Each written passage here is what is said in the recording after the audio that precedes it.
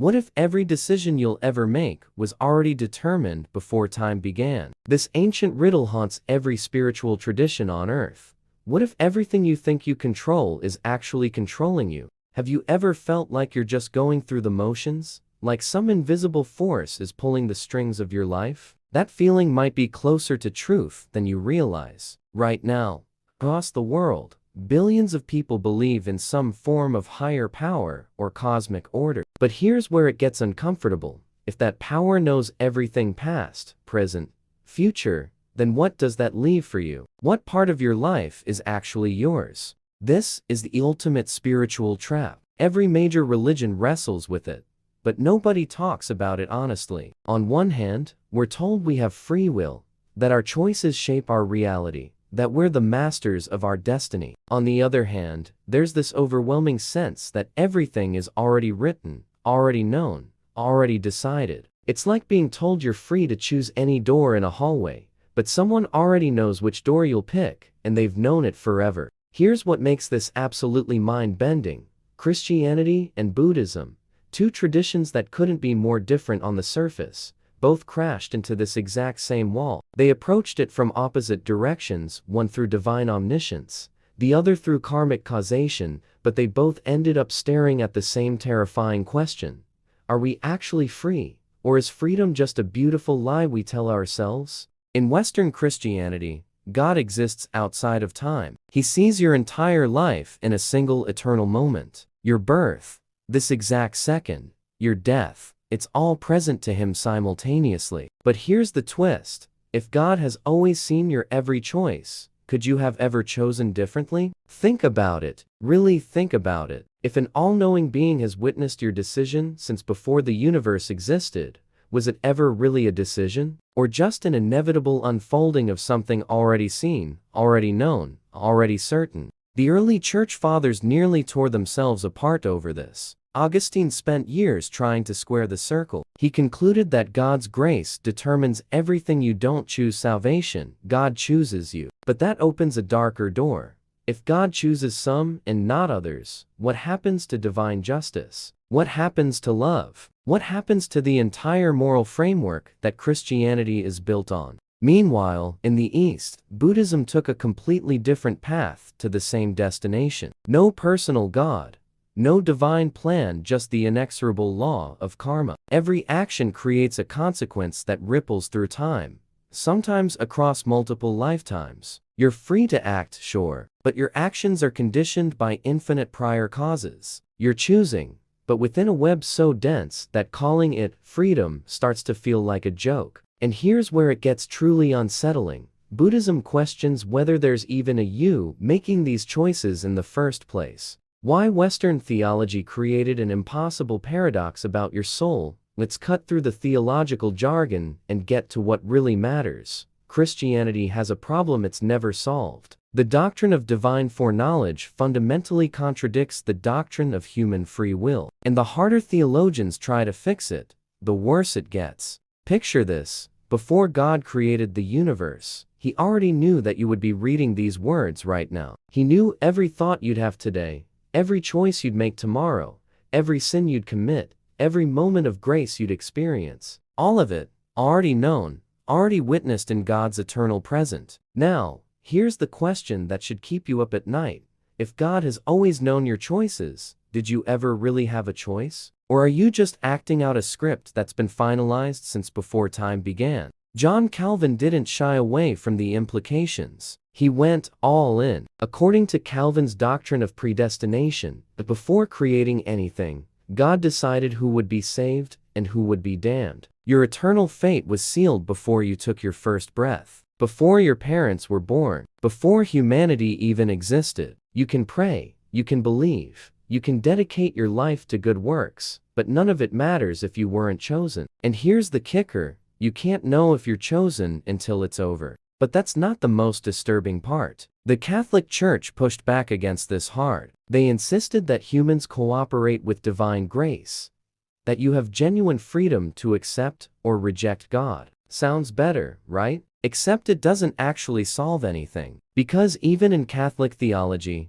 God still knows everything. He still sees your rejection of grace before you reject it. So why create someone he knows will reject him? Why bring a soul into existence if he already knows it's destined for damnation? Modern theologians have tried every trick in the book to escape this trap. Some argue that God exists in a timeless eternity where he doesn't foresee your choices, but simply sees them all at once. Others propose middle knowledge, the idea that God knows all possible choices in all possible scenarios and creates the world where his will best unfolds. But none of these solutions actually work. They're just sophisticated ways of restating the problem. And that opens a door most people never walk through. What if the problem isn't with the theology? What if the problem is with human logic itself? What if our finite minds simply cannot grasp how infinite foreknowledge and genuine freedom coexist? Christianity calls this mystery, the acknowledgement that some truths are beyond human comprehension. But is that wisdom or just an intellectual surrender? That's the question that's haunted Western theology for 2,000 years, and it's still unanswered. How Eastern philosophy makes freedom even more impossible. Now, it's flipped to the other side of the world. Buddhism doesn't have a God problem, it has something potentially worse. The problem of infinite causation. And once you really understand it, the illusion of free will might shatter completely. Here's how karma actually works, stripped of all the pop culture nonsense. Every action you take, every thought, every word, every movement creates a karmic seed in the stream of consciousness. These seeds ripen over time, producing inevitable results. Maybe in this life, maybe in the next, maybe in 1,000 lives from now. The debt always comes due. But here's what nobody tells you. If your present actions are conditioned by past karma, and your future actions will be conditioned by present karma, where in this endless chain does freedom actually exist? Think of it like this. You're standing at a crossroads, deciding which path to take. You feel like you're making a free choice, but that choice is shaped by your upbringing, your experiences, your genetic predispositions, your cultural conditioning, your neurochemistry in that exact moment, all of which are themselves the products of infinite prior causes. You're not choosing freely. You're just the intersection point where billions of causal streams converge and produce what looks like a decision. The feeling of choice is real, but the freedom? That might be the illusion. But that's not even the deepest layer. Buddhism goes further and attacks the very foundation of choice itself, the self. The doctrine of anatta no self argues that what you call I doesn't actually exist as a permanent, independent entity. You're just a temporary collection of changing physical and mental processes. There's no unchanging you that persists through time making choices. There's just a flow of experience, conditioned by prior causes, producing new causes in an endless stream. If there's no permanent self, then who or what is exercising free will? It's almost like free will is a ghost we keep chasing but can never catch. Yet Buddhism still insists you're responsible for your actions. You still accumulate karma. You still suffer the consequences. How does that make sense? Here's the twist.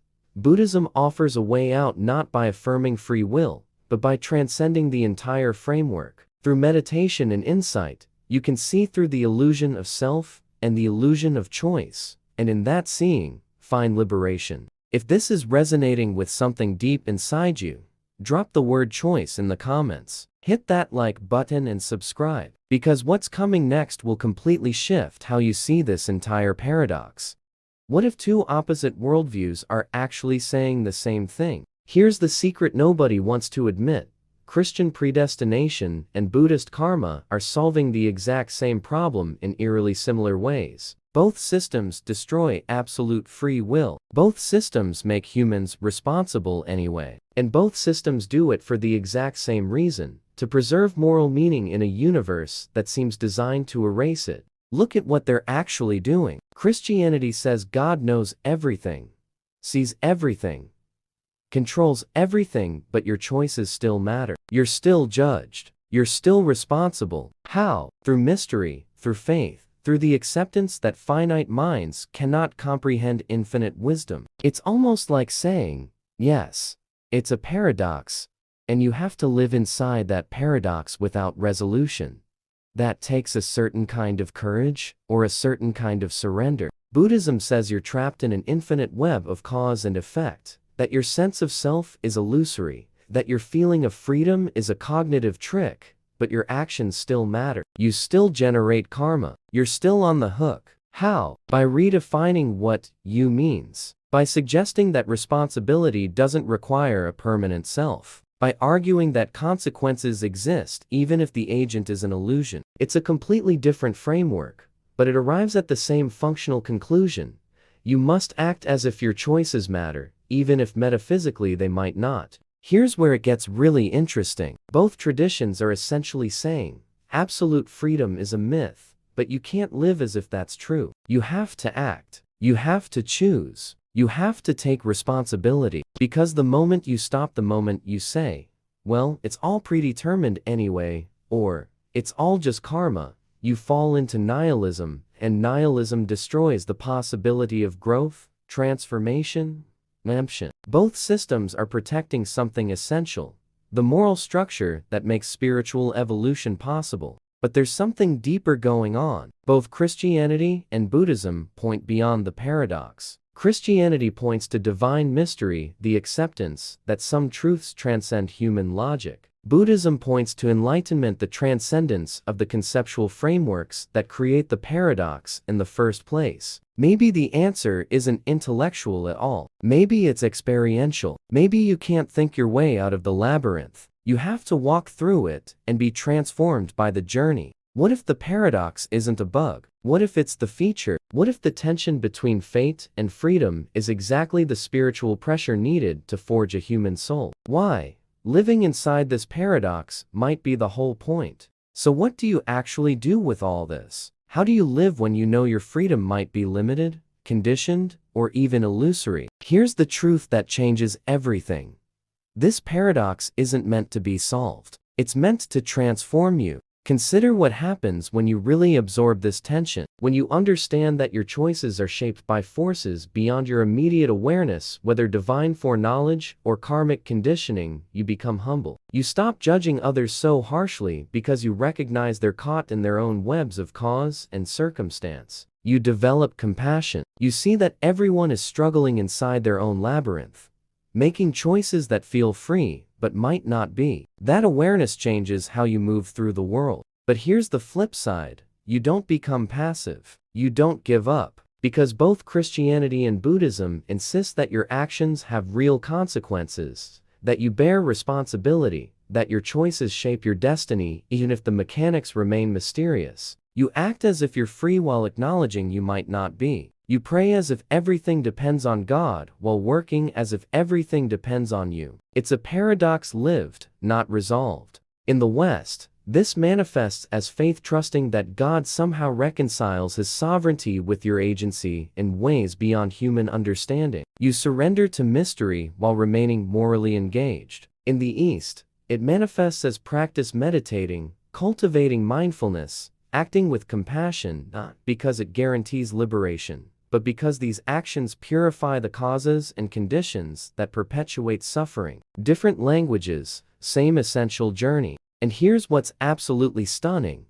Both paths lead to the same transformation, the dissolution of the ego self. The Christian seeks to die to self and live in Christ. The Buddhist seeks to dissolve the illusion of separate self and awaken to reality's true nature. Different words, identical destination. Maybe the labyrinth of choice isn't a cosmic mistake. Maybe it's precisely the environment needed for spiritual evolution. Your choices matter, even if you don't fully understand how, even if absolute freedom is an illusion, because every choice is a step in the labyrinth. And every step transforms you. You don't exit the same person who entered. And maybe that's the entire point. Maybe the question was never, am I free? But, who am I becoming through this journey? If this resonates with your soul, comment freedom below and share this with someone who needs to hear it. Like, subscribe, and share this journey, because the mystery continues and you're part of it.